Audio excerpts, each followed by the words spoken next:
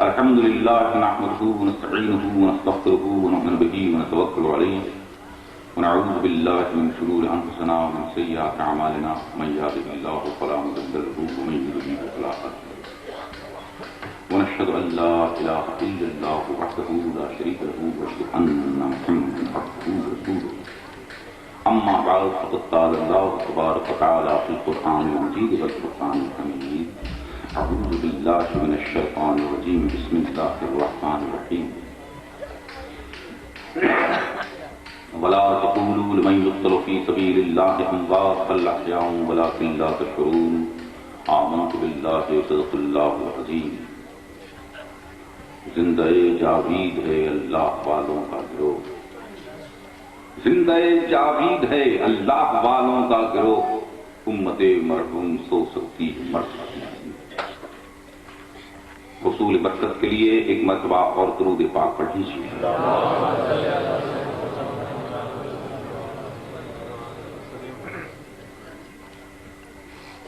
گزشتہ تقریر میں آپ صاحبان نے حضرت مسلم بن عقیل رضی اللہ تعالیٰ عنہ اور ان کے بچے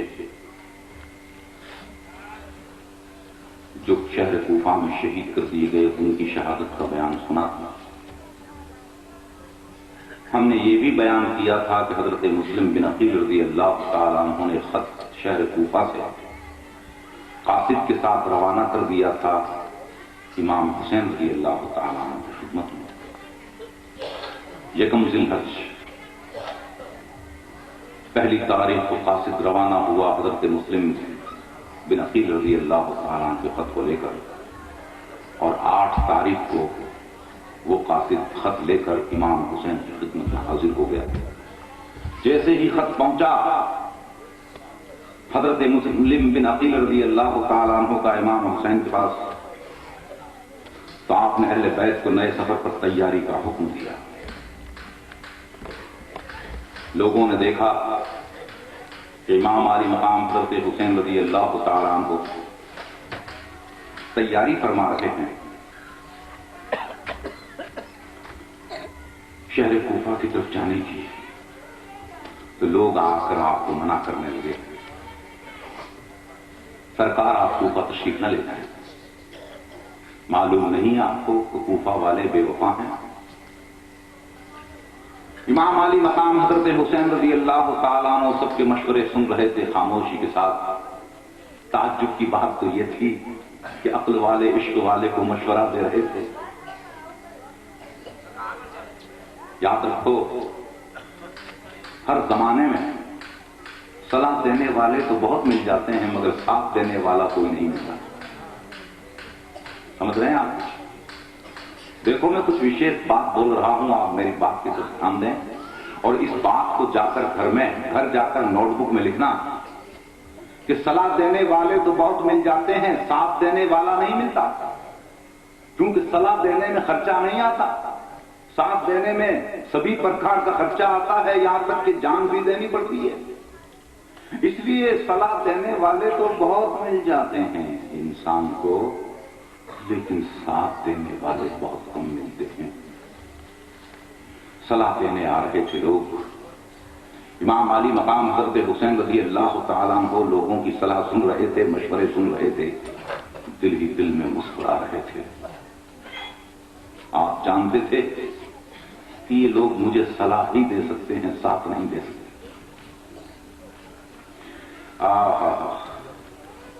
حضرت عبداللہ ابن عمر آگے بڑھتے ہیں اور پیشانی کو چومتے ہیں، پیشانی انور کو بوسہ دیتے ہیں اور عرض کرتے ہیں اے مملکت حق و صداقت کے تاجدار، اے نوجوانان جنت کے سردار، میں آپ کو خدا کے سپرد کرتا ہوں، حالانکہ میرا دل گواہی دیتا ہے کہ آپ یقیناً شہید کر دیے جائیں گے۔ ہم نے اتنے مشورے دیے ہیں آپ کو، اور جلیل القدر صحابہ کرام نے بھی آپ کو مشورے دیے، لیکن آپ اپنا ارادہ پختہ رکھتے ہیں، آپ کوفہ جانا چاہتے ہیں۔ ابو سعید خدری نے بھی گزارش کی کہ آپ تشریف نہ لے جائیں، ابو واقف نے منت سماجت کی، عمر بن عبد الرحمن نے روکا، حضرت عبداللہ ابن عباس نے رو رو کر فریاد کی کہ اے شہزادہ رسول ابھی آپ نہ جائیں، کچھ دن مزید انتظار فرمائیں، مجھے اطلاع ملی ہے کہ اب کوفہ کا گورنر نعمان بن بشیر نہیں بلکہ یزید نے ابن زیاد کو وہاں بھیج دیا ہے۔ وہ بڑا بدبخت انسان ہے، بڑا سخت انسان ہے، بڑا کمینہ انسان ہے، آپ چند دن تحمل فرمائیں، تسلی رکھیں، آپ شہر کوفہ نہ جائیں۔ اگر کوفہ کے لوگ ابن زیاد کو وہاں سے نکالنے میں کامیاب ہو گئے تو آپ ضرور تشریف لے جائیں، اگر آپ کو ضرور ہی جانا ہے تو آپ یمن تشریف لے جائیں، وہاں کے لوگ بھی آپ کے غلام ہیں۔ امام نے فرمایا میں جانتا ہوں آپ میرے سچے ہمدرد ہیں، آپ کی ہر بات دل کی گہرائیوں سے نکلی ہوئی معلوم ہوتی ہے، میں آپ کی نصیحت اور محبت کا شکر گزار ہوں، لیکن میں تو عزم صمیم کر چکا ہوں، پکا ارادہ کر چکا ہوں۔ کس طرح رک سکتا ہوں؟ حسین کا ارادہ کس طرح تبدیل ہو سکتا ہے؟ حضرت عبداللہ ابن عباس نے غیر متزلزل کلمات سنے تو رو کر عرض کیا، اے شہزادہ رسول، اگر آپ کا جانا اتنا ہی ضروری ہے تو بچوں کو ساتھ نہ لے جائیں۔ سرکار آپ اکیلے تشریف لے جائیں، بچوں کو ساتھ میں نہ لے جائیں۔ اہل بیت کرام کو تو مکہ معظمہ میں چھوڑ جائیں، مگر آپ نے منظور نہ فرمایا۔ کیسے منظور فرماتے؟ ان سب کا جانا تو اتنا ہی ضروری تھا جس قدر آپ کا اپنا جانا۔ آپ نے اپنے سچے خیر خواہوں اور سچے ہمدرد لوگوں سے فرمایا کہ میں آپ سب کا شکر گزار ہوں، مگر میرا اب رک جانا امر محال ہے، یہ کام میرے لیے بہت مشکل ہے، میں نہیں رک سکتا۔ مشیت خداوندی یہی ہے کہ میں مکہ معظمہ کو چھوڑ دوں، مجھے جانے دو، اور میرا فرض پکار رہا ہے مجھ کو۔ اے میرے غم گسارو مہربانو، مجھ کو جانے دو، اس طرح سے ارشاد فرمایا آپ نے۔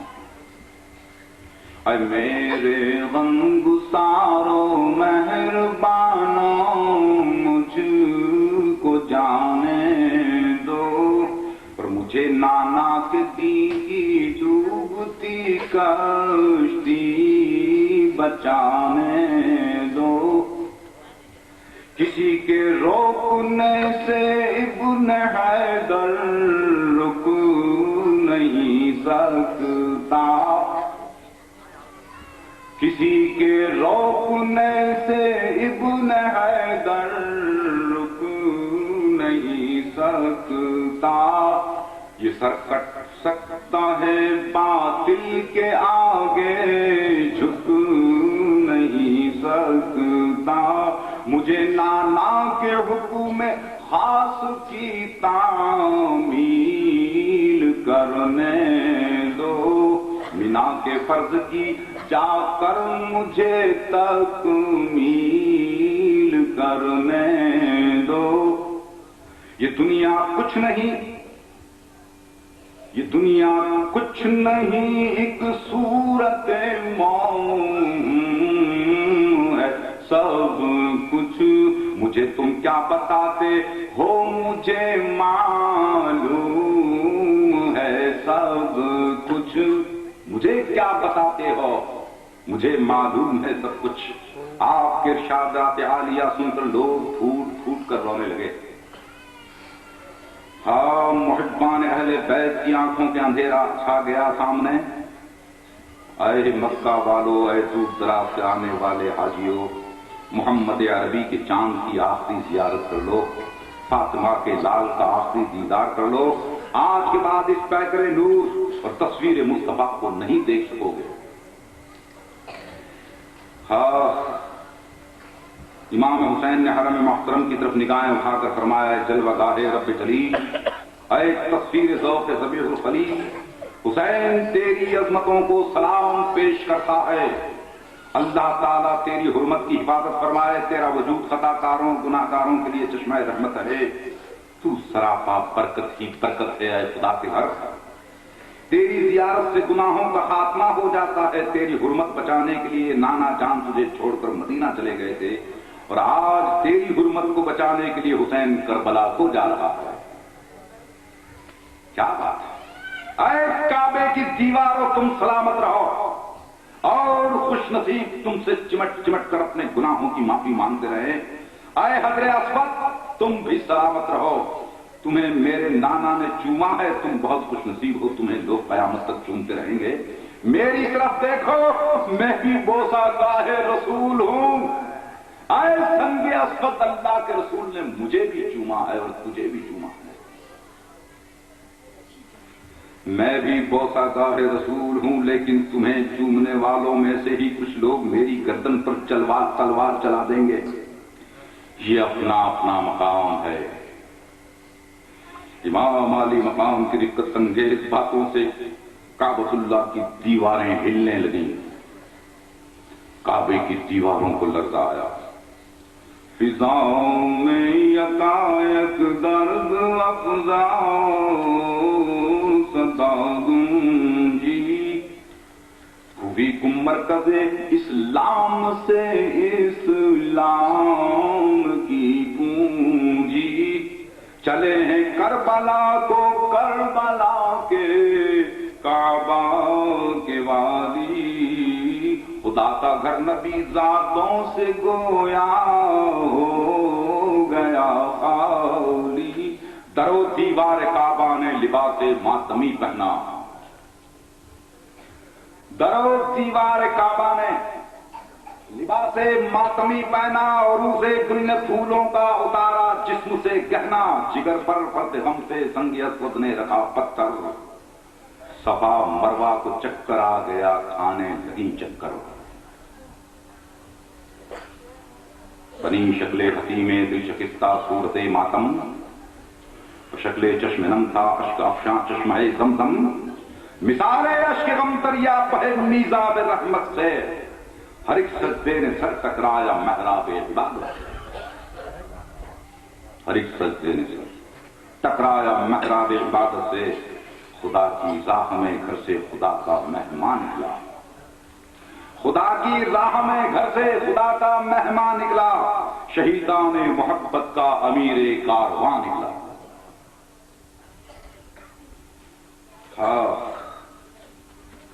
امام علی مقام کی روانگی کی اطلاع چاروں طرف پھیل گئی، لوگ آ کر آپ کو منع کر رہے تھے۔ اسی دوران میں مدینہ منورہ سے قافلہ آیا، قافلے کے ساتھ 2 بچے تھے۔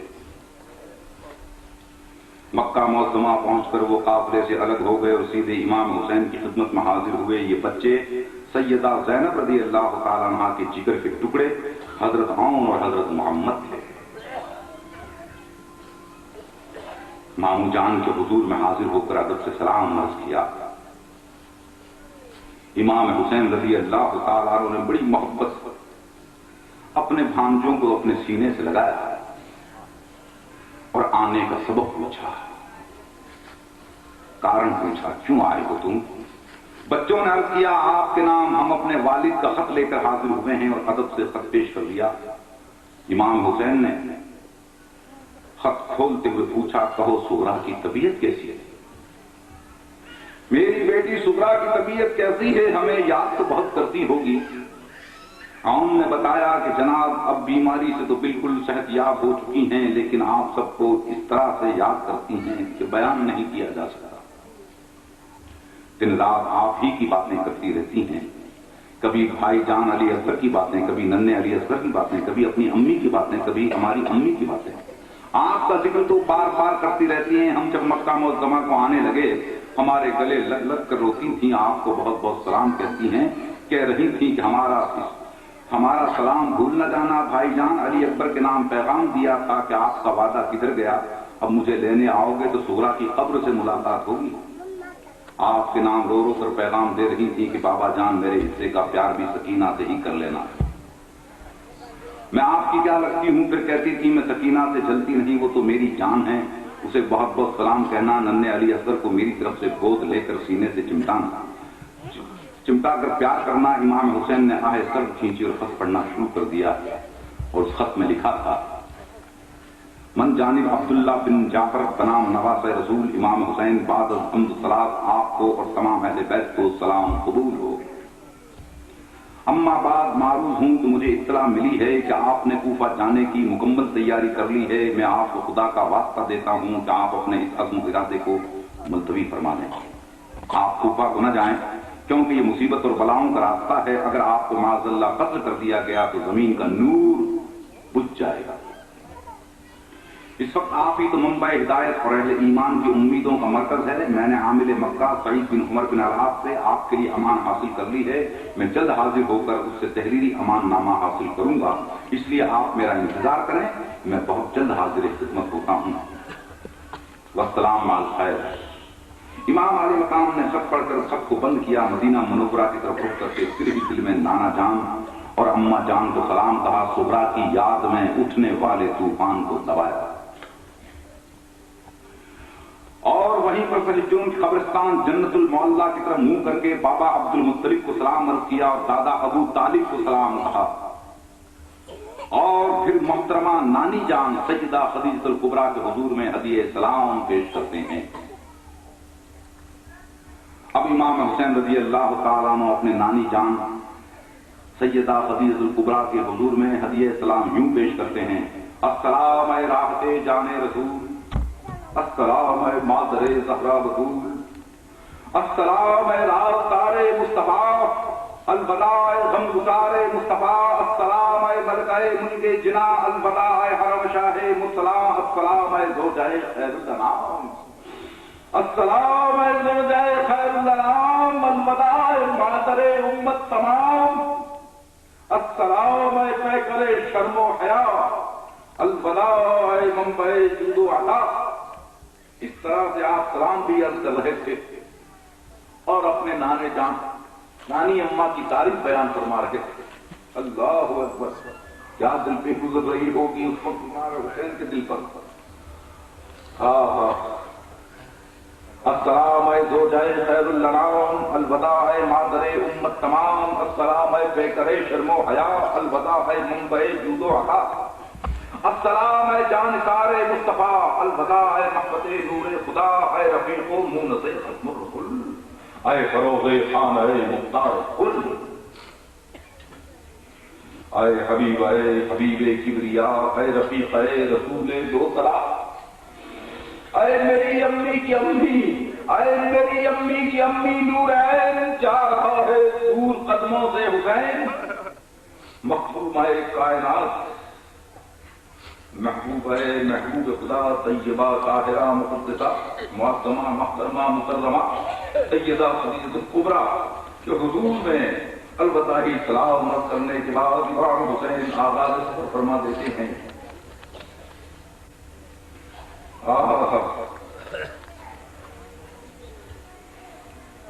شہیدان وفا کا امام، اب صداقت کے قافلے کا امیر، جانی پہچانی منزل کی طرف جا رہا ہے. راستے میں شخص ملا، اس نے عرض کیا میں آپ کو خدا کا واسطہ دیتا ہوں، آپ یہاں سے لوٹ جائیے، کوفیوں پر بھروسہ نہ کیجیے. امام حسین نے محبت سے اس کی طرف دیکھ کر فرمایا جو کچھ تم کہتے ہو ہم بھی جانتے ہیں. اے شخص جو کچھ تم کہتے ہو ہم بھی جانتے ہیں، لیکن خدا کے حکم کے خلاف نہیں کیا جا سکتا. عرب کا مشہور شاعر فردوس حج کے لیے آ رہا تھا، اہل بیت کے قافلے کو دیکھ کر رک گیا. امام کے قدموں کو چوم کر عرض کیا شہزادہ عالم، کاش آپ کوفیوں پر بھروسہ نہ کرتے. حضور والا وہ بڑے بے وفا ہیں، ان کے دل آپ کے ساتھ ہیں لیکن تلواریں حکومت کے ساتھ ہیں. آپ نے فرمایا ہے فردوس تم ٹھیک کہتے ہو لیکن میرے مقاصد بہت بلند ہیں. حسین اپنے مقصد پر نظر رکھتا ہے. حضرت عبداللہ بن جعفر خط لکھ کر خود بھی اس خیال سے آ گئے کہ شاید امام خط کو لائق التفات نہ سمجھیں. راستے میں ہی آپ مکہ معظمہ سے روانگی کی اطلاع مل گئی تھی. آپ کو اطلاع راستے میں ہی سے راستہ بدل کر آپ تک پہنچ گئے. بڑی منت سماجت کی کہ آپ واپس مکہ معظمہ تشریف لے چلیں. وہاں چل کر حاکم مکہ سے تحریری امان نامہ حاصل کر کے میں آپ کو دے دوں گا. آپ نے فرمایا بھائی جان میں آپ کے مخلصانہ مشوروں کا نہایت مشکور ہوں، میں آپ کا شکریہ ادا کرتا ہوں، لیکن میں واپس نہیں جا سکتا. مجھے نانا جان نے خواب میں ایک حکم دیا ہے، میں اسے بغیر صورت پورا کروں گا، ہاں اس کا نتیجہ میرے حق میں نکلے یا میرے خلاف جائے. مایوس ہو کر حضرت عبداللہ اپنے بچوں عون و محمد کو آپ کے ساتھ رہنے کا حکم دے کر واپس آ گئے. کربلا کے مسافر جا رہے ہیں. امام علی مقام کا نانا جان سے مکمل راستہ ہے. گنبد خضرا کے مکین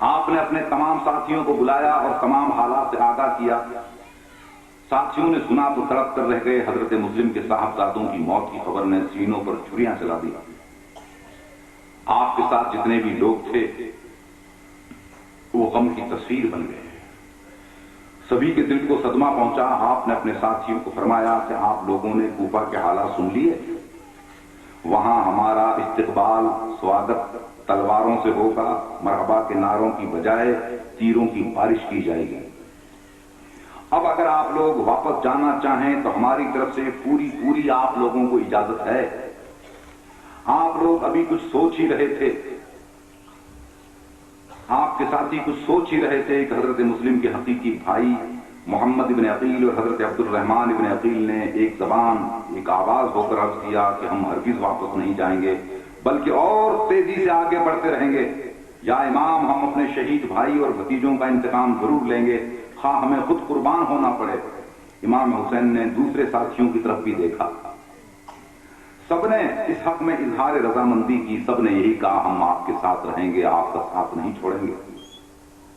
یہ مشورہ امام حسین نے اپنے خاندان کے افراد سے کیا تھا۔ آپ نے آئندہ پیش آنے والی مصیبتوں کی نشاندہی کرتے ہوئے فرمایا کہ آپ سب لوگ پھر ایک بار اور سوچ لیں، انجام کو سامنے رکھ کر فیصلہ کریں، لیکن خاندان اہل بیت کے تمام افراد نے، تمام ساتھیوں نے یہی فیصلہ کیا کہ حضرت مسلم کا انتقام ہر قیمت پر لیا جائے۔ قدرت کو حضرت حسین رضی اللہ تعالیٰ عنہ سے جو خاص کام لینا تھا اس کے لیے ضروری تھا کہ آپ کا دامن کہیں بھی داغدار نہ ہو۔ آپ کو موقع دیا گیا کہ ساتھیوں کی مکمل رضامندی حاصل کر لیں۔ اس دردناک خبر کو عورتوں سے کب تک چھپایا جا سکتا تھا؟ آپ خیموں کے اندر تشریف لے گئے۔ آپ خیموں کے اندر تشریف لے گئے تو سامنے حضرت مسلم کی صاحبزادی پر نظر پڑی۔ بچی کو دیکھتے ہی جذبہ رحم سے آپ کا دل بھر آیا اور آپ کی آنکھوں سے آنسو رواں ہو گئے۔ یہ بچی دونوں صاحبزادوں سے بڑی تھی۔ آپ کے آگے بڑھے اور آپ آگے بڑھے اور بچی کے سر پر محبت سے ہاتھ رکھ دیا اور ساتھ ہی آپ زار و فتار رونے لگے۔ بچی حیران ہو گئی اور التجا کرنے لگی، بابا جان کیا بات ہے؟ آپ میرے سر پر ہاتھ رکھ کر اس طرح سے زار زار روتے ہیں؟ اس سے پہلے تو آپ نے مجھے دیکھ کر کبھی ایسا نہیں کیا۔ خیر تو ہے بابا جان؟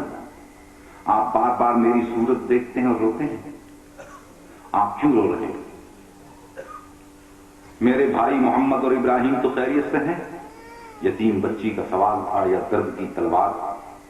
امام حسین کا دل چر گیا۔ کیا جواب دیتے اس یتیم و بے نوا کو؟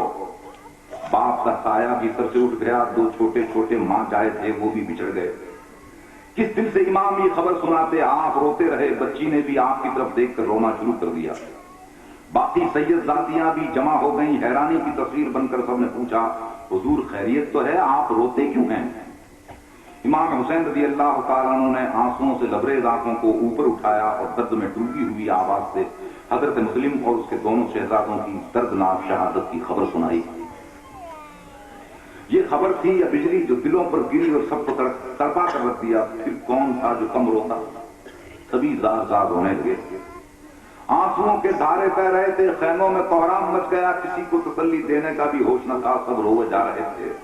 امام حسین نے جی اپنا دل مضبوط کر کے فرمایا صبر کرو اے ناموس محمد، صبر کرو، اللہ صبر کرنے والوں کے ساتھ ہے۔ ابھی تو ابتدا ہوئی ہے، ابھی تو شروعات ہوئی ہے، خدا جانے ابھی تمہیں کیا کیا مصیبتیں دیکھنا ہیں۔ کوفے والے بدل چکے ہیں، اس لیے تم سب میرے امتحان میں شریک ہونے کے لیے دلوں کو مضبوط کرنے کی کوشش کرو۔ ہم بھی اپنے بھائی مسلم سے جلد ملاقات کرنے والے ہیں، صبر کرو اے اہل بیت، صبر کرو۔ یہ نصیحت کر کے آپ روتے ہوئے دل کے ساتھ خیموں سے باہر تشریف لے آئے اور ان لوگوں کی طرف متوجہ ہوئے جو حج کی واپسی کے بعد آپ سے ملتے رہے تھے۔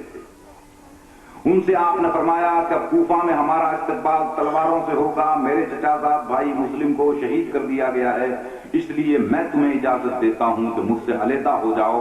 میرے ساتھ رہنا ہے تو مصیبتیں اٹھانا پڑیں گی، دکھ جھیلنا پڑے گا، بھوک اور پیاس برداشت کرنا پڑے گا اور جانیں بھی دینا پڑیں گی۔ بدوؤں کے قافلے تو اس لیے امام کے ساتھ چل رہے تھے، کوفہ میں شاندار استقبال ہوگا، بڑے پیمانے پر دعوتیں ہوں گی۔ اب امام کی بات سے کوفے کے حالات کا پتہ چلا تو جان کے لالے پڑ گئے. خاموشی سے اٹھے, اپنے اپنے خیمے اکھاڑے, اپنی اپنی سواریوں پر بیٹھے اور یوں بھاگے کہ پیچھے مڑ کر بھی نہیں دیکھا. بس امام حسین کے وہی ساتھی رہ گئے جو مکہ معظمہ سے آپ کے ساتھ آئے تھے, یا پھر زہیر بن تیم بجلی تھے, اور یہ لوگ ایسے تھے جنہیں اپنی جانوں سے امام کا حکم زیادہ قیمتی تھا. رات ہو گئی تھی, اپنے ساتھیوں کو آرام کرنے کا آپ نے حکم فرمایا. آج کی شب نہایت بے قراری سے گزری. صبح ہوتے ہی شہزادہ رسول کا قافلہ نور آگے بڑھتا ہے. دوپہر کے وقت موضع شراب سے کچھ دور آگے نکل جاتے ہیں. سامنے کی طرف دیکھ کر ایک شخص نے کہا اللہ اکبر. وہ سامنے شاید کھجوروں کے درخت نظر آ رہے ہیں, وہاں سائے میں تھوڑی دیر آرام کریں گے. قبیلہ بنی اسد کے 2 لوگوں نے بتایا کہ اس مقام پر کھجوروں کا کوئی درخت نہیں ہے, ممکن ہے کچھ سوار آتے ہوں گے. امام حسین رضی اللہ تعالیٰ نے دیکھ کر فرمایا ہمیں بھی سوار ہی آتے ہوئے معلوم ہوتے ہیں, کیا تمہیں کوئی ایسی جگہ معلوم ہے جو پشت پر ہو جس سے فائدہ اٹھا کر ہم ان سے مقابلہ کر سکیں؟ انہوں نے عرض کیا ہاں, کوہ ذو حشم ہے, اگر آپ جلدی کریں اور ان سواروں سے پہلے اس پر قبضہ کر لیں تو بہت بہتر ہوگا. اور اس پہاڑ کے پاس پانی کا چشمہ بھی موجود ہے. آپ نے اپنے ساتھیوں سے جلدی جلدی چلنے کا حکم فرمایا کہ تیز رفتار چل کر اس کوہ ذی حشم یعنی اس پہاڑ کی طرف چلو, وہاں پانی کا چشمہ بھی ہے. شہزادہ کونین نے سواریوں کو تیز کر دیا اور کوہ ذی حشم کے سامنے قافلہ اتار دیا. اب ٹھنڈے پانی کا چشمہ بھی آپ کے قبضے میں تھا, اور جنگی اعتبار سے بھی آپ کا مورچہ مضبوط تھا. چند گھڑیوں کے بعد آپ کے سامنے 1000 سپاہیوں کی فوج ڈیرہ ڈال رہی تھی, اور اس فوج کا سپہ سالار غر تھا. وہ اکیلا آگے بڑھا اور امام حسین سے ملاقات کی خواہش کا اظہار کیا. آپ نے فرمایا آ جاؤ, نڈر بے خوف ہو کر ہم سے ملاقات کرو. اور حاضر ہوا اور قدم بوسی کر کے ادب سے کھڑا ہو گیا. امام حسین رضی اللہ تعالیٰ نے پوچھا تمہارا نام کیا ہے؟ اس نے عرض کیا بن یزید رہائی. پوچھا کیوں آئے ہو؟ عرض کیا آیا نہیں, بھیجا گیا ہوں. پوچھا کس نے بھیجا ہے؟ عرض کیا ابن زیاد نے بھیجا ہے کہ آپ کو گرفتار کر کے کوفہ لے جاؤں گا. نماز ظہر کا وقت ہو چکا تھا. پانی کے چشمے پر امام حسین کا قبضہ تھا. کوئی اور ہوتا تو اپنے دشمنوں کو پانی کے جھرنے کے قریب نہ پھٹکنے دیتا, مگر یہ تو ساقی کوثر کا نواسہ تھا. آپ نے فرمایا باقی باتیں بعد میں ہوں گی, چشمے سے خود بھی پانی پیو. اے غر, اپنے یہ 1000 جو فوجی سپاہی ساتھ میں لائے ہو ان کو بھی پانی پلاؤ, جانوروں کو بھی پلاؤ, اور وضو کر کے نماز کی تیاری کرو. دونوں طرف کے لوگوں نے وضو کر لیے. شہزادہ کونین کے شہزادے تصویر مصطفیٰ حضرت علی اکبر نے اذان کہی. یہ علی اکبر وہ ہستی ہے کہ جب مدینہ کے لوگوں کو شوق ہوتا کہ ہم اللہ کے رسول کے دیدار کریں تو وہ آ کر علی اکبر کے دیدار کیا کرتے تھے. اسی لیے حضرت علی اکبر رضی اللہ تعالیٰ عنہ کو ہم شکل مصطفیٰ کہا جاتا ہے, ہم شکل پیغمبر کہا جاتا ہے. والد بزرگوار حضرت امام حسین رضی اللہ تعالیٰ عنہ نے اپنے لفظ جگر حضرت علی اکبر کو حکم فرمایا اذان پکارو. حکم ملتے ہی اذان پکاری. سوز تکبیر و اکبر سے جواں کی آواز, مسجدیں جھوم گئی سن کے اذان کی آواز. سوز تکبیر و اکبر سے جواں کی آواز, مسجدیں جھوم گئی سن کے اذان کی آواز. اپنے خیموں سے نکلنے لگے انصار حسین, اپنے خیموں سے نکلنے لگے انصار حسین.